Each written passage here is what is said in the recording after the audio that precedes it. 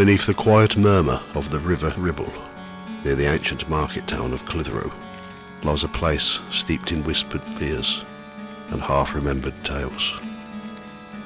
Bungalow Bridge now spans the waters, but long before stone met river, there was only a treacherous ford lined with slick stepping stones, a place the locals avoided after dusk. For centuries, it has been said that something waits there, watching. If you're enjoying my content and want to help me make even better episodes, you can now support me on Buy Me a Coffee. Every bit helps me upgrade my gear, spend more time researching, and keep bringing you the stories you love. Just head over to buymeacoffee.com/ghost tales. It's quick, easy, and really makes a difference. I've also put a link in the description.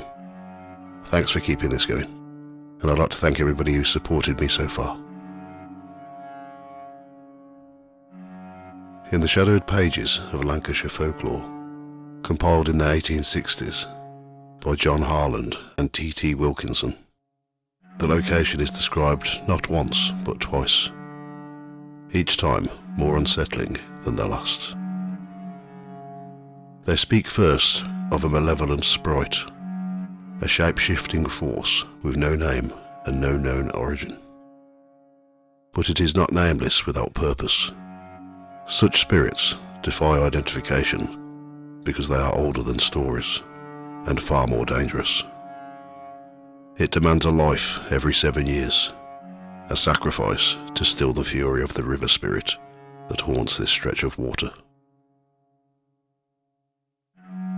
Later, the presence takes a form, a sex, a story, a name.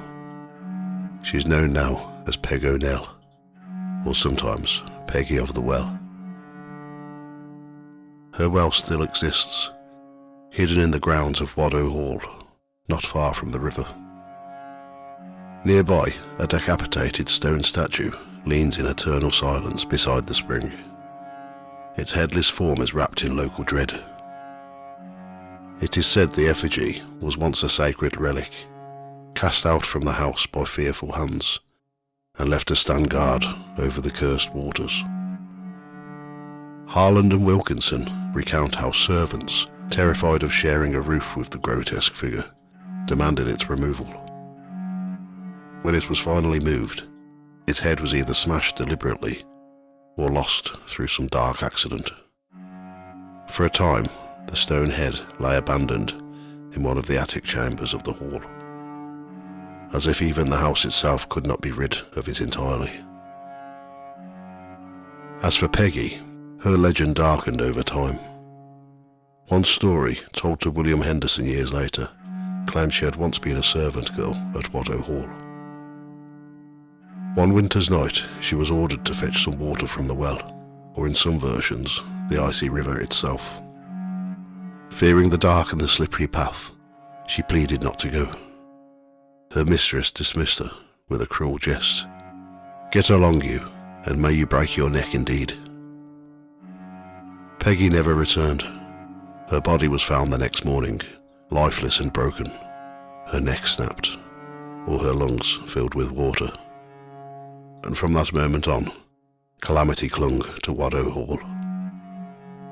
Each accident, every sickness, every sudden death or unexplained fortune was said to be the work of Peg O'Nell, rising from the depths to claim revenge. By the end of the 19th century, the tale had grown teeth. It was said that every 7 years, on an unknown night, now grimly referred to as Peg's Night, the spirit must take a life, animal or human. Locals would drown a dog or a lamb in the river, casting it in as a grisly offering. If no beast was given, it was believed that a person would surely die before the sun rose. Folklorist Thomas Parkinson recorded a chilling account in 1889. A young man, ignorant or arrogant, arrived at the ford just as night fell. The villagers begged him not to cross. No animal had yet been sacrificed, and the river was hungering. He laughed, spurred his horse, and rode into the Ribble. They were never seen alive again. Even the statue has its own tale of horror. In a time when Waddow Hall was owned by a devout woman with Puritan leanings, a preacher was summoned to perform an exorcism on her young son, who was believed to be plagued by Peg's influence. As a storm raged outside, the preacher went missing en route. He was later dragged from the river, soaked and shaken. "'Tis Peg," the mistress screamed. Seizing an axe in a fit of righteous fury, she charged into the garden and struck the statue down, severing its stone head with a single blow. Yet Peggy's fury was not stilled. She remains. Even now, the River Ribble runs cold and deep beneath Bungalow Bridge. Local fishermen avoid its banks at night, and every so often, when the mist clings low to the water, someone claims to see her. Pale figure, dripping wet, standing by the headless statue, watching, waiting, because her curse, like the river, never truly sleeps.